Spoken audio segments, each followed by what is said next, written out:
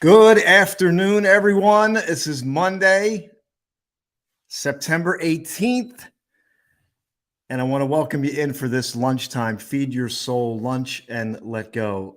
Is there something that you've been thinking about? Perhaps the children are back to school. You're coming off the summer. You're getting your footing as things begin to change. But let me just go right to it. What do you feel in your body? Your body is a great indicator of what's happening in your life. Do you feel constricted? Is your breath shallow? Are you feeling some stress and anxiety that's coming through based on your current life situation, or perhaps a looming change that is around the corner? I came on today, I was prompted by a quote. I'm going through my own reset, my own change, my own letting go. And you might be programmed to think that your fulfillment was based on acquisition. In other words, when I acquire said position, when I make said amount of money, when I live in said location, then I will be fulfilled. But if you've had any success in your life, and I'm sure the people listening to this have, you realize that that fulfillment that you sought is short-lived. It's almost like, when you were younger, you ever put the bubble yum or in your mouth, the bubble gum, and it's like this explosion of flavor would blow up in your mouth, with, I think there was Hubba Bubba, there was all these different gums. And then like an instant later, you were like, it was like you were chewing on, it was like you were chewing on some, like, I don't know, what's the stuff they fill in the walls? Spackle or something like that. The flavor's gone. And I think this happens with us in life where we just think that acquisition, if I acquire more, I feel fulfilled. And by the way, I'm not against acquisition. I think we should have a vision. Clearly, like we need a vision. But I want the vision to be something that you're connected with at a deep level, not just superficial trivialities. I think I just made up that word. So here's the quote that prompted this today. Back in July, I traveled up to Concord, Massachusetts to celebrate Henry David Thoreau's birthday. Henry David Thoreau, his philosophies became an integral part of my book, Flashpoint, Manifesting the Moment of Your Big Breakthrough, endorsed by Daymond John from the Shark Tank. And I went to see the Ralph Waldo Emerson home. And I picked up this book that was for sale there. And the woman said to me, yeah, there's a lot of quotes online about Ralph Waldo Emerson. And if you don't know the backstory, Ralph Waldo Emerson lived in Concord, and he was a very prominent figure based on, I won't get into the whole history of Ralph Waldo Emerson, but Henry David Thoreau became a protege. And in Concord, I would say Henry David Thoreau might be more popular or more sought than Ralph Waldo Emerson's work. On a global scale, that's arguable.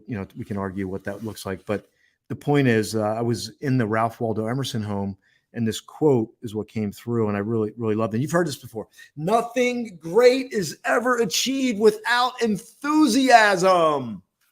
And many people quote that. They say it. Nothing great is ever achieved. You hear like the gurus, Les Browns of the world. They say, Ralph Waldo Emerson said, nothing great is ever achieved without enthusiasm, which is a great quote. But let me read the second sentence, a part of the quote. The way of life is wonderful. It is by abandonment. Huh? Abandonment? Nothing great was ever achieved without enthusiasm. The way of life is wonderful. It is by abandonment. That'll get you thinking. And while there's not more context on the quote, I'd have to go in and pull out it was actually taken from, let's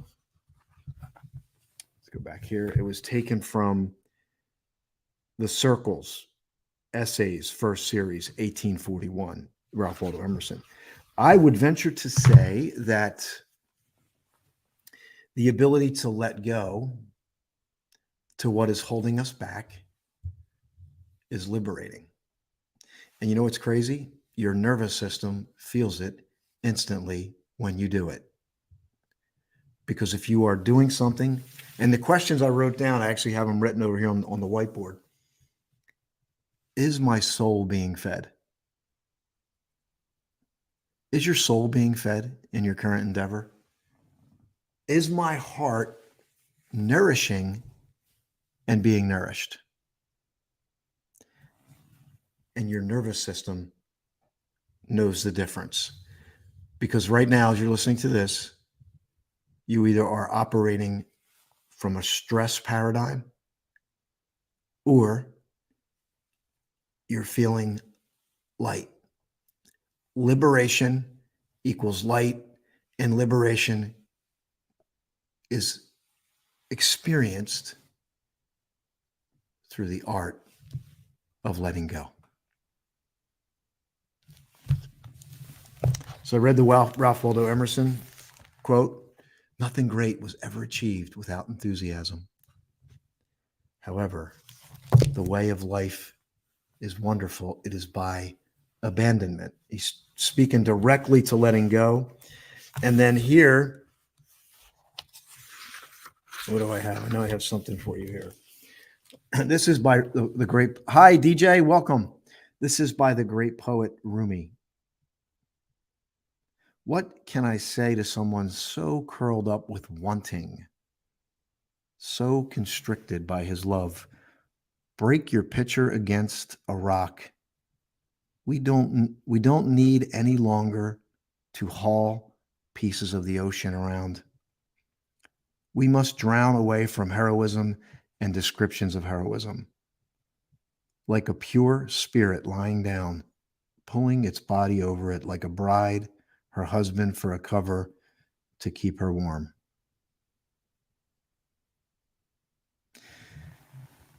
It's in our wanting that can cause us discontent.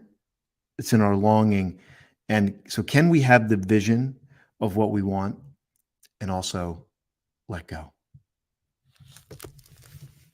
It's a season of letting go. Nature is, you're going to walk out. If you're in the northern hemisphere, you're going to walk out your door. And if you're aware, you're going to look around.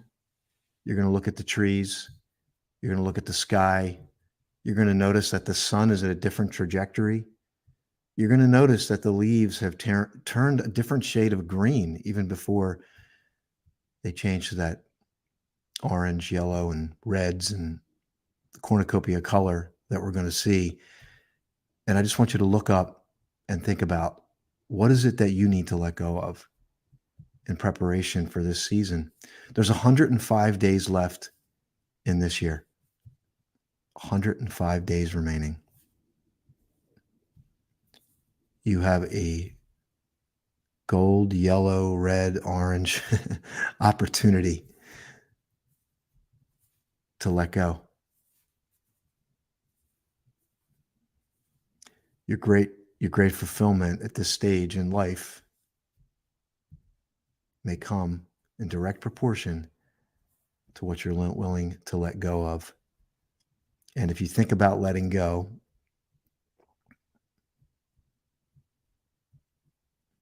sometimes it's initially painful, but it leads to so much liberation and freedom that you can't even imagine in this point, because you're in that constrictive state, as it talks about in the poem. And just so I talk about the poem, it's not, heroism is not bad. I think it's just the idea of letting go to your preconceived notions is what it's supposed to be. And I liken it to have the vision and let it go. There's actually another poem in here I'll share with you before we close out today, September 18th. It's a pleasure to be with you today. Let me know if you're getting something from this.